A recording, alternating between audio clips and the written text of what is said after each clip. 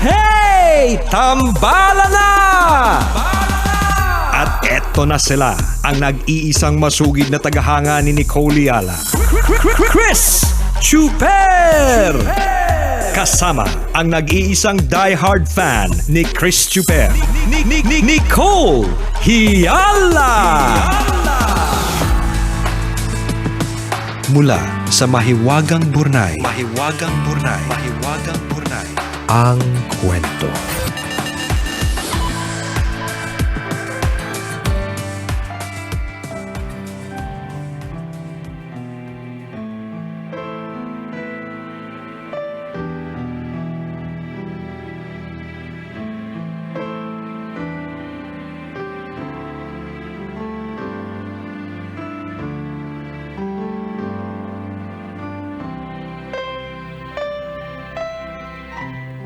Dear Nicole and Chris, itago niyo na lang ako sa pangalang Chris.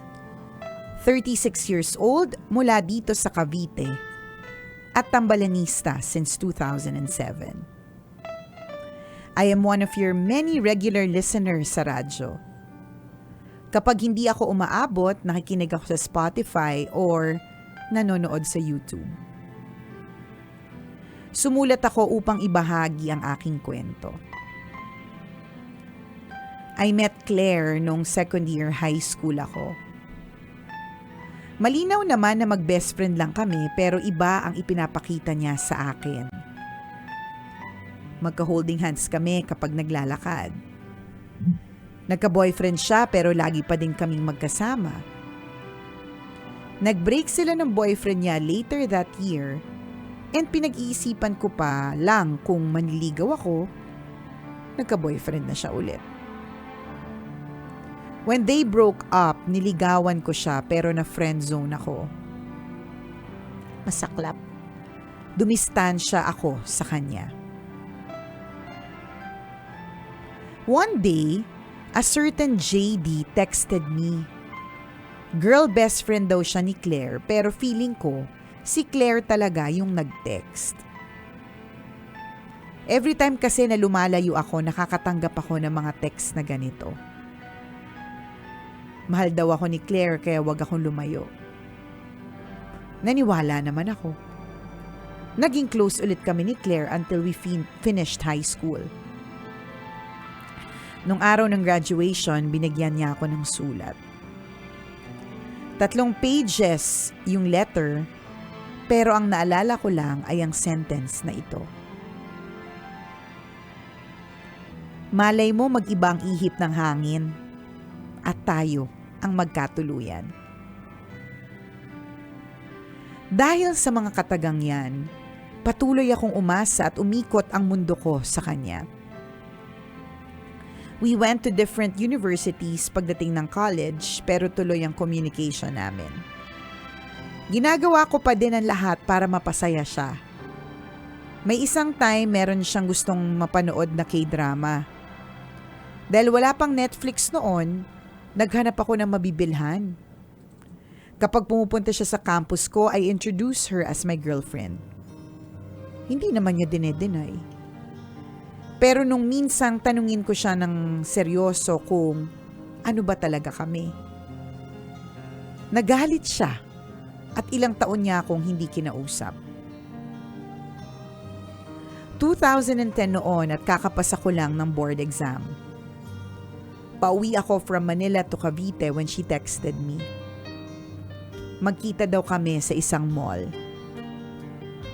Pinuntahan ko naman. She was crying.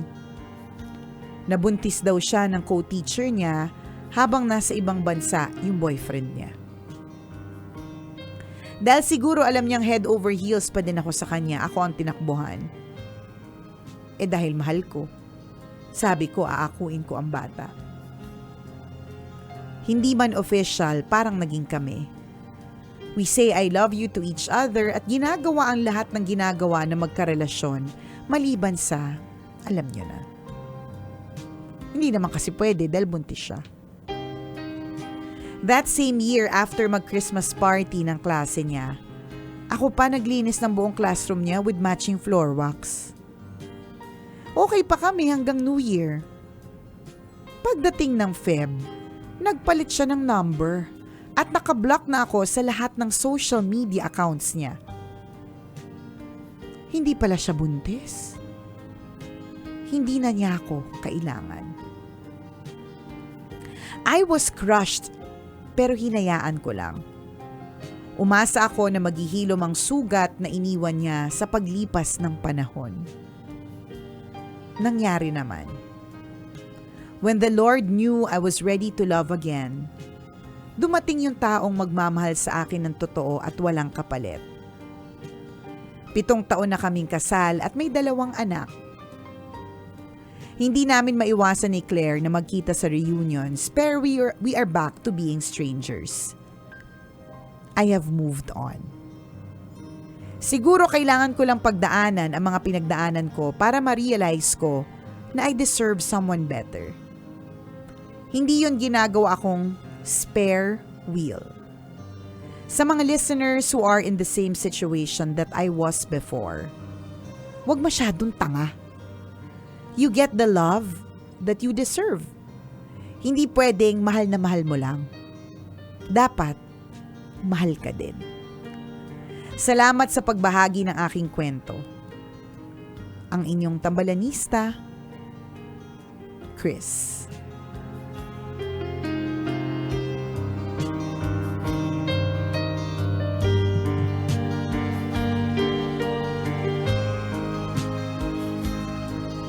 Si Tukayong Chris pala to Yeah, Tukayong Chris. Mabuhay ka. Na-happy naman ako kay Chris na hindi nag-end up with Claire.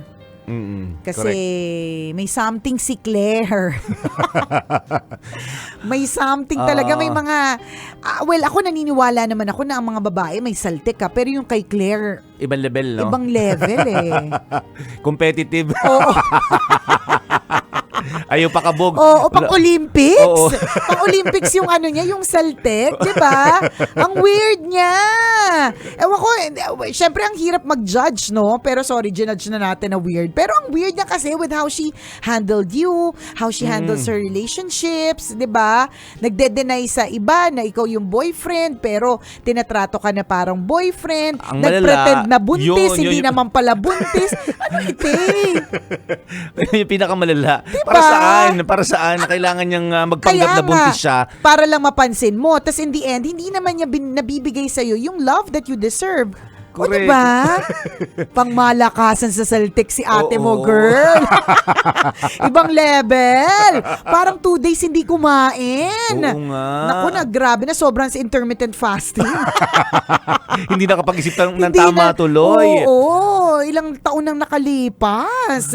Gravacious. Pero ang bottom line is, maganda yung lessons being Yes. imparted by Chris dito sa kanyang kwento, 'di ba? Na hindi maganda yung sinabi niya hindi sapat na mahal mo ang isang tao. Dapat mahal ka din. Agree. It takes 2 to tango. Dapat 2 kayo. Hindi pwedeng isa lang yung nagmamahal. Dapat mutual. Oo. Di ba? Mahirap yun eh. Sa isang relasyon, isa lang talaga yung gumagalaw.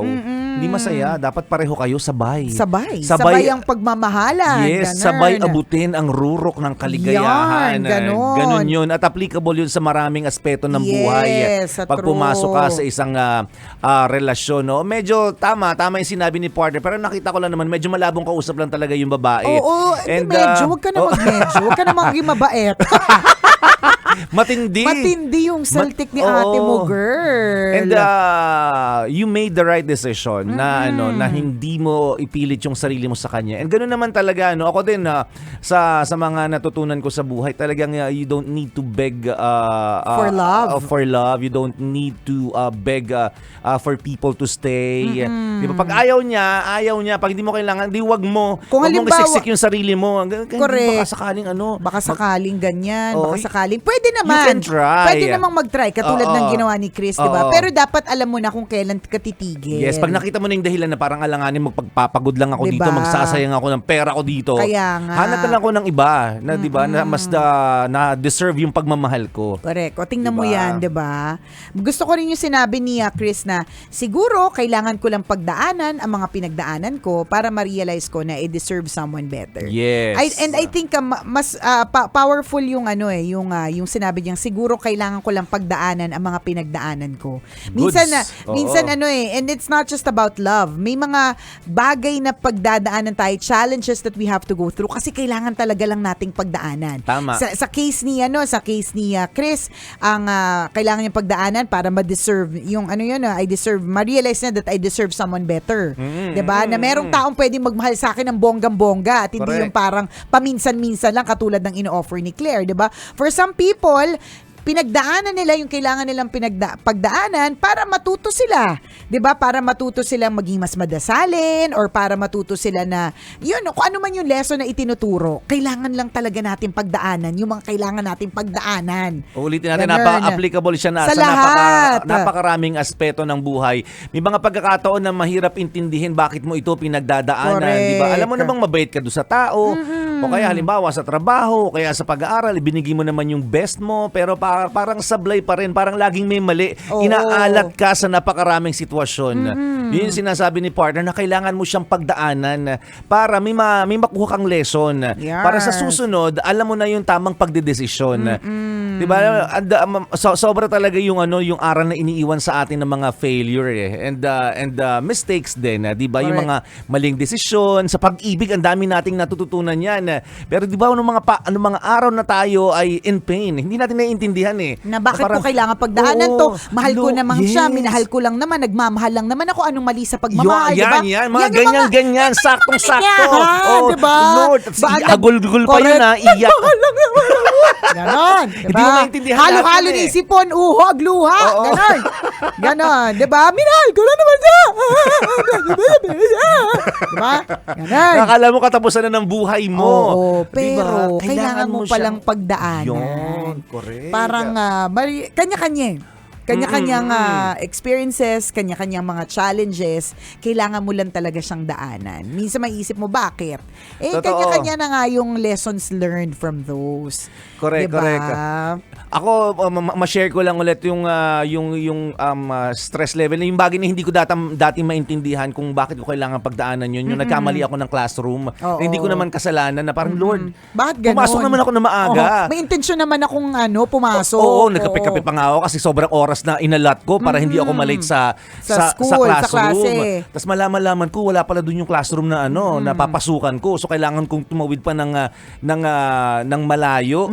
Tapos tahakin, suungin yung matinding Yan. traffic na magkokos sa akin talaga ng matinding pagka-late. Correct. At saka yung pagbubuhol-buhol ng sikmura Oo, mo, na di ba? First day of class, late ako, sir. Ganon, correct, ganon. di ba? Parang paano ko ito ipapaliwanag, Oo, di ba? tapos pagdating nun, walang parking. Mga ganun, hindi mo Oo. maintindihan. Lord, pumasok naman ako na maaga.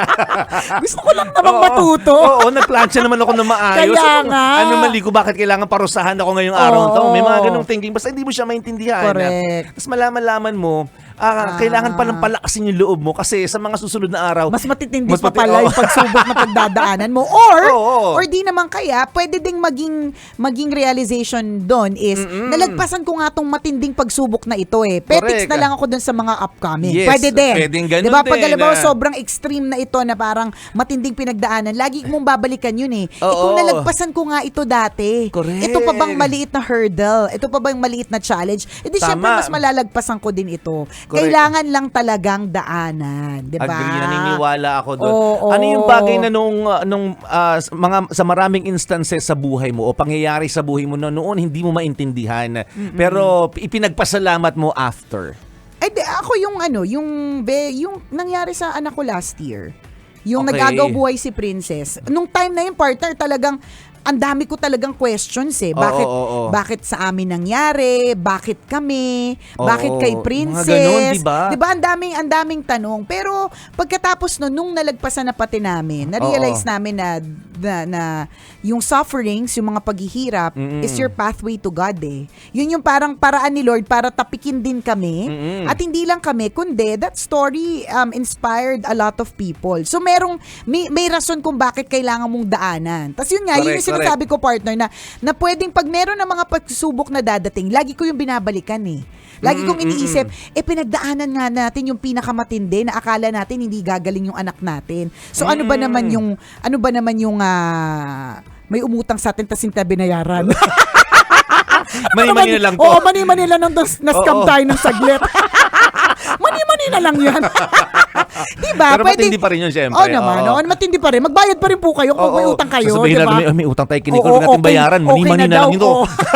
Charot lang yun. Ibig sabihin, parang yun eh. Parang kailangan lang, hindi mo maintindihan bakit mo kailangan pagdaanan. Pero dinaanan talaga namin.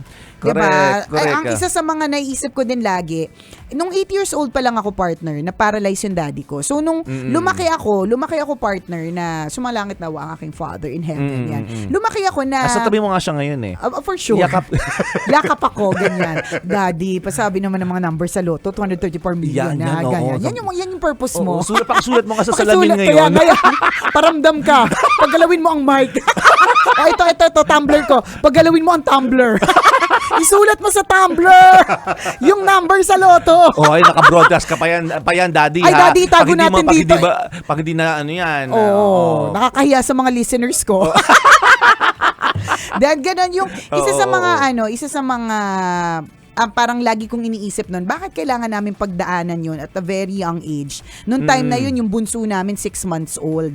So parang bakit kami napakabait ng nanay ko? Alam mo yung parang ang daming mga questions. Pero yung isa sa mga nakuha na at na-pick up ko talaga doon is yung virtue of hard work. Oo, yung hard work.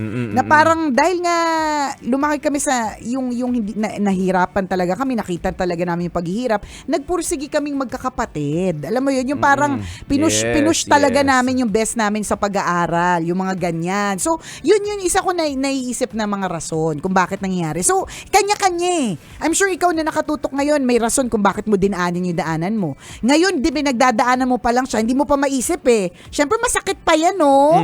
Naiintindihan namin when you're in the middle of suffering, ang hirap intindihin, but may rason talaga yan. Kailangan mo lang talaga yung pagdaanan. Totoo, di ba? Napakaganda ng lesson na iniwanan sa atin ni Chris ng Mahiwagang Burnay. Thank you, Chris. Kasi yung lesson niya, hindi lamang applicable sa love, buhay pag-ibig. correct. Di ba? Applicable siya sa napakaraming aspeto ng buhay. So, sa tiwala true. lang, kapit ka lang. Correct, di ba? correct. Maaaring hindi mo naiintindihan yung bigat ng problema mo ngayon, yung pinagdadaanan mo, di ba, natutuliro ka na, pero darating ang araw, darating ang oras, magiging okay ka, at yung pinagdaanan mo ngayon ay kapupulutan mo na matinding aral. Sa true. O yan, diba? hawakan mo yun. Pero ang pinakabongga din sa lahat ng mga sinabi ni Chris sa kwento na Mahiwagang Burnay, huwag maging tanga. Yan.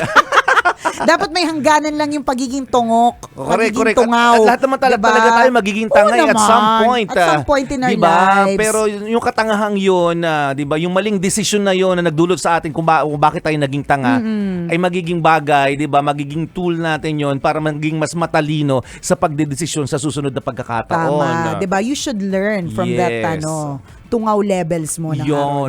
Salamat sa iyo, Chris, for sharing your story with us. At kung ikaw ay meron ka ring kwento na gusto mong i-share sa amin, pwede mo kaming i-email. Send your stories at mahiwagangburnaystory@gmail.com. Mali mo, kwento mo na ang ating pag-uusapan sa mga susunod na araw. Kaya send mo na yan, kabisyo. O di naman kaya kung ikaw ay hindi nag-i-email, mas nasa Facebook ka, mas gumagamit ka ng Messenger, pwede mo kaming i-PM sa aming Tambalan Facebook page. I-search mo lang Tambalan. Yan. So yun na yun. Kapag ka may mga kwento na Mahiwagang Burnay na nakapost, that's our official Facebook page. Yarn. Doon po kayo tayo mag-PM. Ayan. May nagpadala ng alay sa atin si Mind Bench. Hello, Mind Bench. Hi, Mind Bench. Salamat.